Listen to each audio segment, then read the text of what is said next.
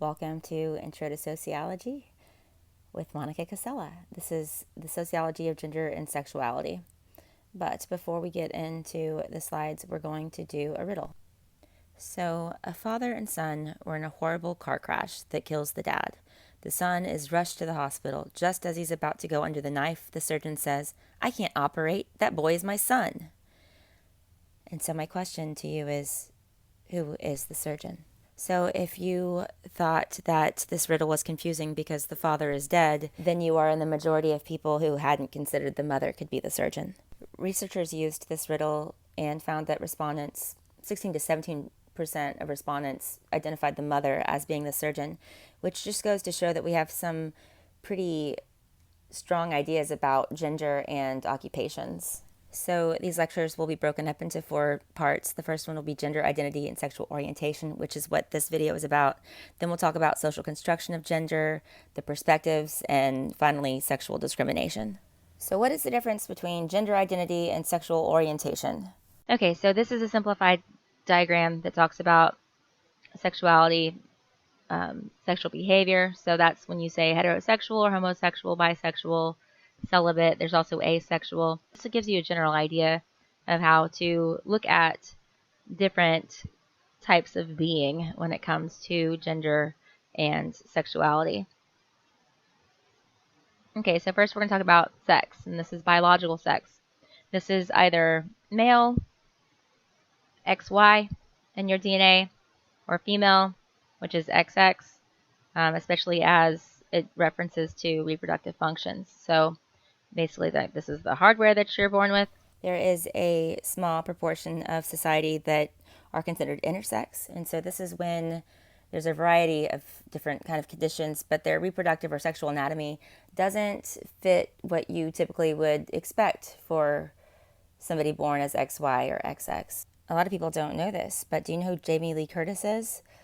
She was in a lot of movies, but she is actually intersex. So she was born with XY, but testosterone just circulates in her body and it never manifests. So which means her gonads never descended. So instead of ovaries, she actually has gonads. So if anything, she's got lots of estrogen pumping through her body, as well as testosterone. But the only thing that was able to come into fruition in her body was the estrogen, making her appear female. Intersex is just a really interesting way to look at social construction because it's not just how we construct our genders, but it's also how we construct our biological sex, and it can't always just be reduced down to our DNA.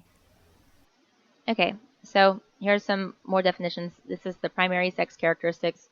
These are the sexual organs that are involved in the reproductive process, and this is something that happens in utero before you're ever born. And then secondly, we have the secondary sex characteristics. This is what happens at puberty. So you develop pubic hair, your breasts enlarge. These are more like secondary because they happen not only second, but they're a lot less important in terms of reproductive process. Okay, so gender identity. So if you look at the clouds, you can see this is like in the brain, right? This is one's innermost concept of their self as male, female, blend of both or neither. So it's not always the same as what they are assigned at birth. One scenario, I'm pretty sure you can probably guess that I'm cisgender. Cisgender means that I was born XX as a female, so my sex is female, and my gender is also female. And so that would make me cisgender. Okay, so this is sexual orientation. So this can be confusing only because it has the word sexual in it. But just know that this is when you are not only sexually attracted, or who you are sexually attracted to, but also who you are emotionally attracted to and romantically attracted to. This is like a romantic kind of thing. So you don't have to be sexually active to have a sexual orientation. So when I was growing up, there were 3 categories. You were either straight, gay, or bisexual, which was meaning that you had attraction to males and females. Now you have omnisexual, which is attraction to everyone. You may see gender, but you don't really care. Pansexual, which is you're attracted to people and you don't really care whether they're male or female. You have bisexual, which I just described. Demisexual means that you have to have an emotional connection with someone before you can find them sexually attractive. So that doesn't really have anything to do with gender, but it's more about having that emotional tie. And then lastly, you have asexual, and these people identify as not having sexual attraction to anyone. Like I said, when I was growing up, we had 3 different ways to classify sexuality. Well, in the 40s, they only had 2 ways. You were either straight or you were gay. And Alfred Kinsey came and he published this book in the late 40s called The Sexual Behavior of the Human Male, where he showed that people don't really fit nicely in those 2 different categories and that sexuality is a little bit more fluid and it can change over the course of a person's lifetime.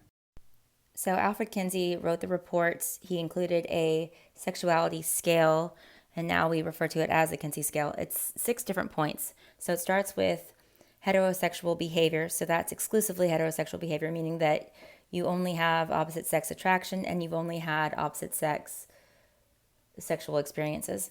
Then as the scale moves, it moves towards 6. And so as you move towards 6, you have increasingly more homosexual encounters and behaviors until you get to 6, which means that you are just exclusively attracted to the same sex and your only experiences have been with the same sex. And that's how the Kinsey scale works. Later on, Eve Kozovsky Sedgwick expanded on these ideas of what it means to be homosexual versus homosocial. So there's this idea that males are tightly policed by society, saying that you can have close relationships with other males, but you can't be too close, or people will kind of think that you are actually having a sexual relationship. So women are not policed nearly as much when it comes to our relationships with other females. We can have very close relationships and love each other, deep relationships that are not sexual in nature, and nobody has to say, well, I'm not gay, or have to prove anything to anybody else. So this is kind of where this term homosocial comes from. So this concludes our lecture on gender identity and sexual orientation, and the next video will be about the social construction of gender. So I'll see you over there.